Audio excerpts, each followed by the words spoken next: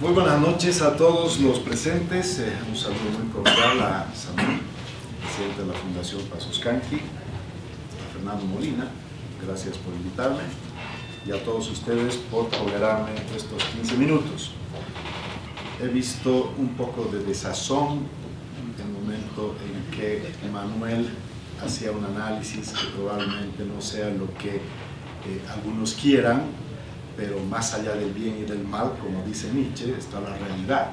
Y el punto es que hoy en día los métodos de la ciencia política, tanto cuantitativos como cualitativos, nos permiten evidenciar algunas tendencias que se reflejan y que precisamente sirven como una base importante y científica para que los estrategas traten de revertir algunas situaciones que probablemente en condiciones objetivas no son lo que se está esperando. Hay métodos y he utilizado algunos métodos de regresión lineal multivariante para cruzar también alguna información, con lo cual tengo que contrastar algunas hipótesis que ha manejado Manuel. Efectivamente que el país llegó a un momento de inflexión fruto de un proceso histórico de agotamiento, no solamente en términos de gestión, no solamente en términos de la ética de la política, sino también de un agotamiento. Y en Bolivia existe algo así como matemáticamente una periodización, es decir, cada 14 o 18 años se producen cambios. También es cierto que en el país estos cambios no han sido precisamente fruto de procesos consensuados, ni tampoco han sido fruto de una institucionalidad democrática que ha permitido hacer un cambio en el eje pendular desde una perspectiva ideológica. Cuando hemos retornado a la democracia, obviamente hemos estado sumidos en un profundo momento de oscurantismo. Cuando vino el advenimiento de la nueva política liberal o el neoliberalismo, como se conoce más propiamente, tuvo que haber también un proceso de inflexión duro, donde finalmente ha habido una eclosión social y de esta forma se ha producido el irrumpimiento y lo que se denominó como un proceso de cambio. El punto es que este agotamiento hay que entenderlo también en qué situación se encontró, porque era como si los astros se hubieran alineado de una forma tan benigna que las condiciones objetivas hacían que esa asociación de buena gestión parezca fruto del virtuosismo y no precisamente de variables exógenas, que es importante y no se las puede disociar. Es decir, no puedes proyectar ni asumir una paternidad total de un éxito cuando este éxito está inervado por cuestiones que tú no controlas, pero por cuestiones que sí te benefician. Si bien es cierto que hay una concentración de poder que tiene altos niveles de legitimidad, y comparto con Manuel el hecho de que hay una construcción a tal punto que los mitos tienen una preponderancia que tienen que ser seriamente analizados, también es cierto que hay que ver que la concentración del poder es temporal.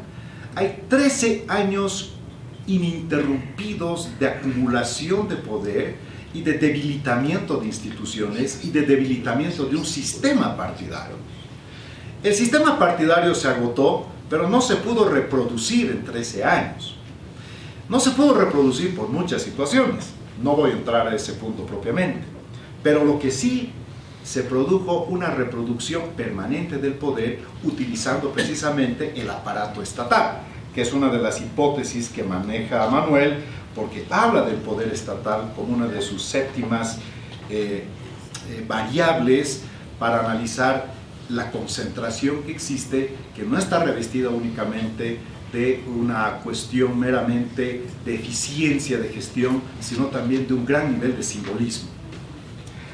Si bien es cierto que durante todo este periodo se ha tratado de proyectar una imagen mesiánica, lo cierto es que se ha pasado de una posición en la cual la revalorización llegó a un nivel superior. Y los administradores de poder durante todo este tiempo, los que muchos denominan como yuncus, como amagahuatos, en fin, en realidad cumplen un rol importante, que es el ensalzamiento hasta llegar prácticamente a una figura casi teocrática, el hombre que no se equivoca, el hombre que es bueno, el hombre de moral intachable, el hombre que lo puedes ver cometiendo un delito, pero dices, no, a él lo provocaron, no, él fue la víctima, no. Entonces hay una trastocación casi a la inversa de las figuras teocráticas que no se las puede tocar, porque no se equivocan, porque no son seres mortales, porque son seres que están por encima del bien y del mal. Y entonces esa cultura ha ido ensalzando a tal punto que todos estos ritos que se han vivido en el último tiempo han creado un mito, y ese mito ha subido de un mesianismo a prácticamente una figura teocrática.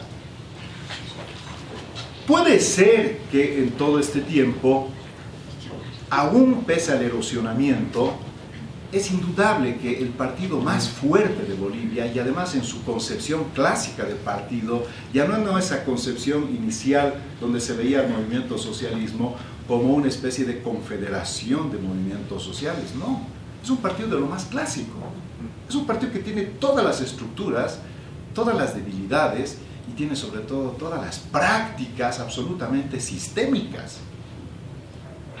Y ese momento sistémico que traspasa del romanticismo y del enamoramiento, nos tiene que llevar a preguntarnos en tono de reflexión dos cosas. ¿Por qué no existe un campo fértil para que un sistema partidario vuelva a emerger, vuelva a recuperar vigor, o simplemente nazca de cero? ¿Por qué?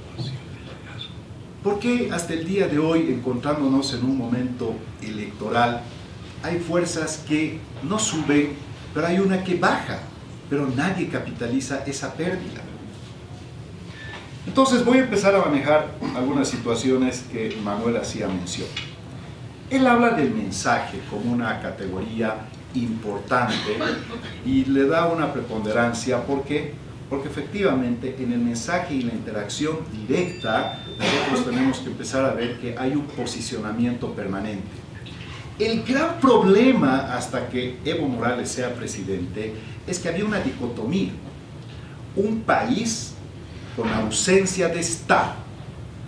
Y Evo Morales ha revertido esa sensación y más bien muestra un país con presencia de Estado. Eso es estructural. Como decía Isaac Sandoval en su libro Estado-Nación, éramos un país donde básicamente el eje era lo único que existía en Bolivia. Y ahora tenemos un presidente que está todos los días inaugurando una pileta en Cobija, en Volpebra, en Achachicala, está en Pando, está en Beni, está en Santa Cruz. Y claro, todo el mundo dice está haciendo un usufructo malo de los bienes del Estado, pero en el fondo nosotros tenemos una visión muy occidental y además muy clase mediera, que no tiene una sintonía real, que es la que se captura cuando se hacen los ejercicios de focus group o cuando se hace una regresión multivariante donde se cruzan muchas variables y se encuentran descubrimientos que los estrategas se infiere que deberían tomar en cuenta. Si bien es cierto de que cuando se habla de la fidelización que aún cuenta el electorado, yo les quiero comentar que una vez hicimos una prospectiva en la ciudad del Alto y la pregunta era: ¿usted siente que su vida es igual, mejor o peor que antes? Entre igual y peor había 60% de respuestas. Y cuando se preguntaba, ¿usted aprueba la gestión del presidente Morales?, 80% apoyaba la gestión.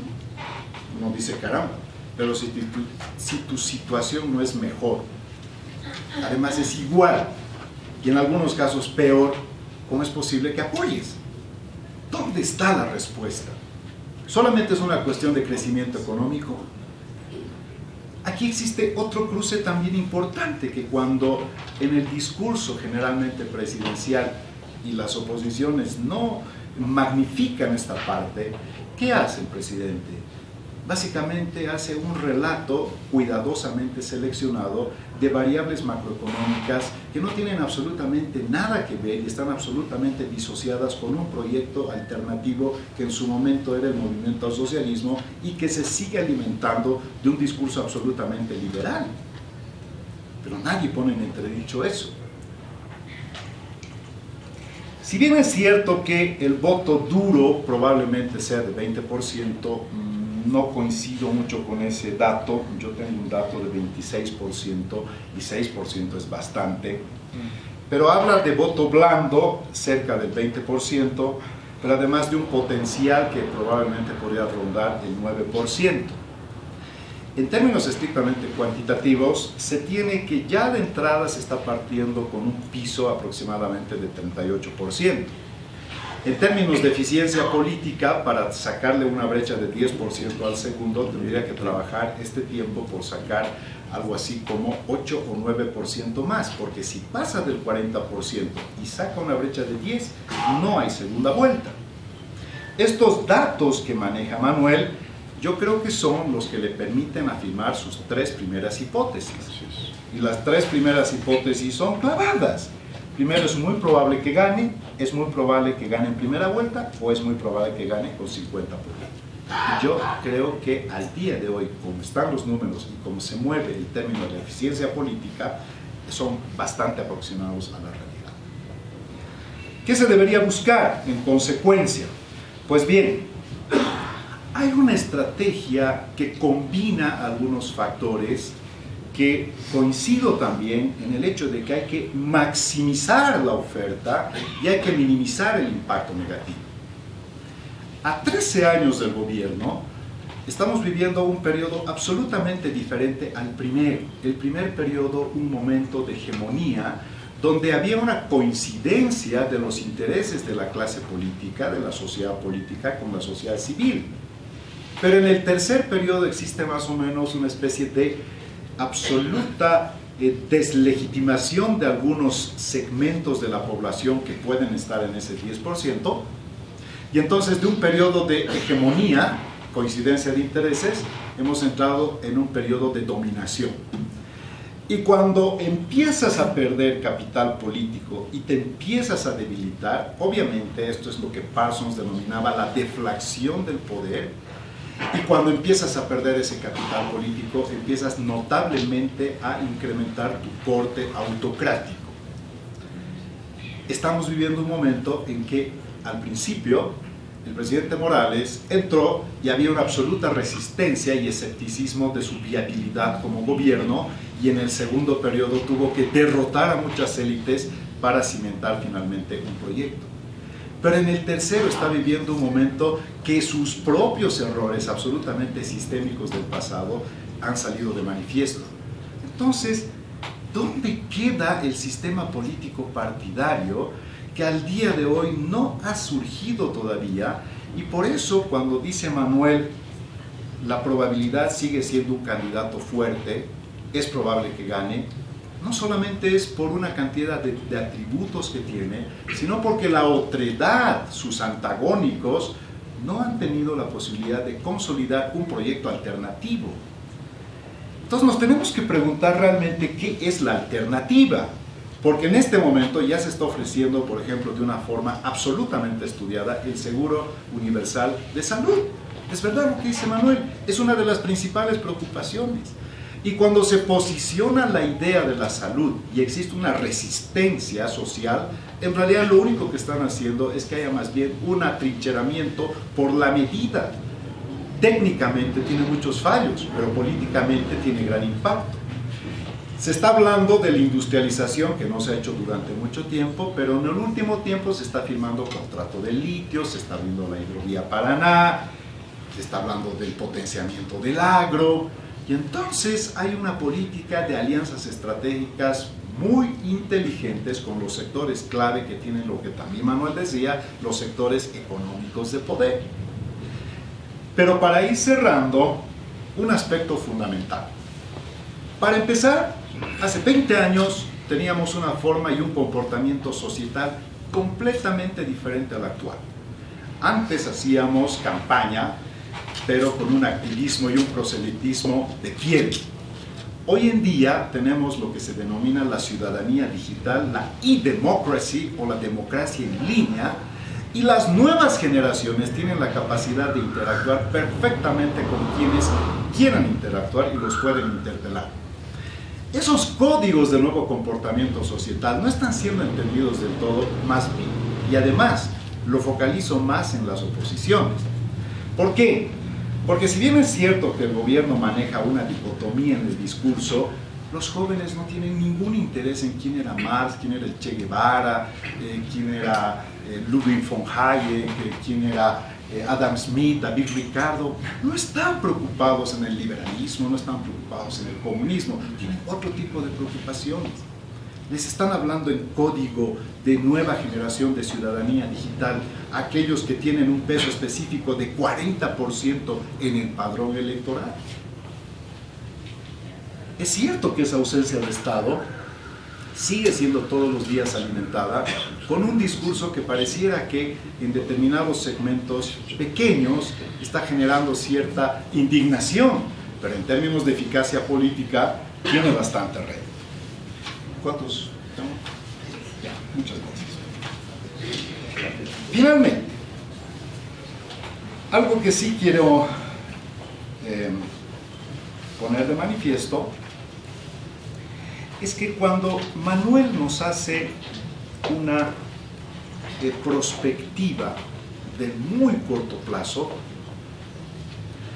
realmente debería preocupar a quienes en este momento, en este corto plazo, están enfrascados en hacer su campaña. Porque con estos datos debería haber un halo de preocupación muy grande.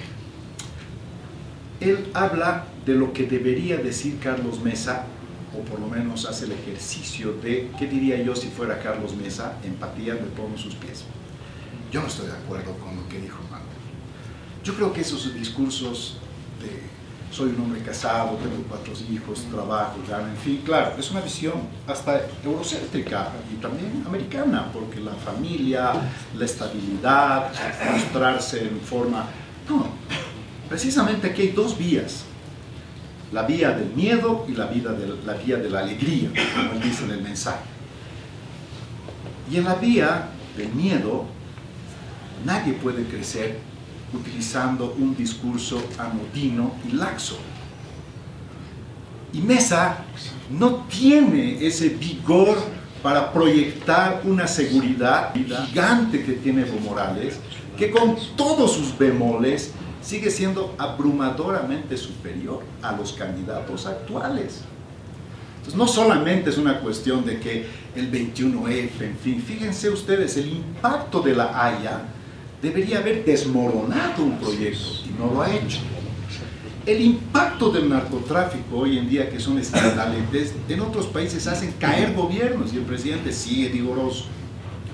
Y así sucesivamente. Ustedes más que nadie saben, podemos empezar a hablar de escándalos y escandalentes, pero no. Entonces, encima de eso, tener una posición políticamente correcta, creo que no va por ahí. Yo, si estuviera en los pies de Carlos Mesa, diría algo muy diferente a lo que dice Manuel, porque definitivamente algo que ha sucedido, y con esto voy a terminar, es que el discurso permanente de antagonizar y dicotomizar la situación política de este país, que a la izquierda es la virtud, la derecha es el demonio, que a la izquierda es honrada, la derecha son ladrones, eso ha llegado a complejar al sistema político boliviano, que tiene vergüenza de decir que es de derecha, o que cuando está haciendo algo relativamente liberal se adelanta y dice, no voy a tocar bonos, no voy a hacer... Oye, eso no es alternativa. Si tú quieres ser alternativa, primero pierde el complejo. Y en estos 13 años, esta retórica y estas variables que tan adecuadamente las ha planteado Manuel, ha hecho que la clase política no solamente esté atemorizada, en realidad está complejada, porque tiene hasta un mea culpa, porque les han metido tanto en su cabeza que son neoliberales, que son vendepatrias, que ahora se la creen. Y tienen miedo de decir cualquier cosa que parezca políticamente incorrecto. Y entonces dejaron de ser alternativas.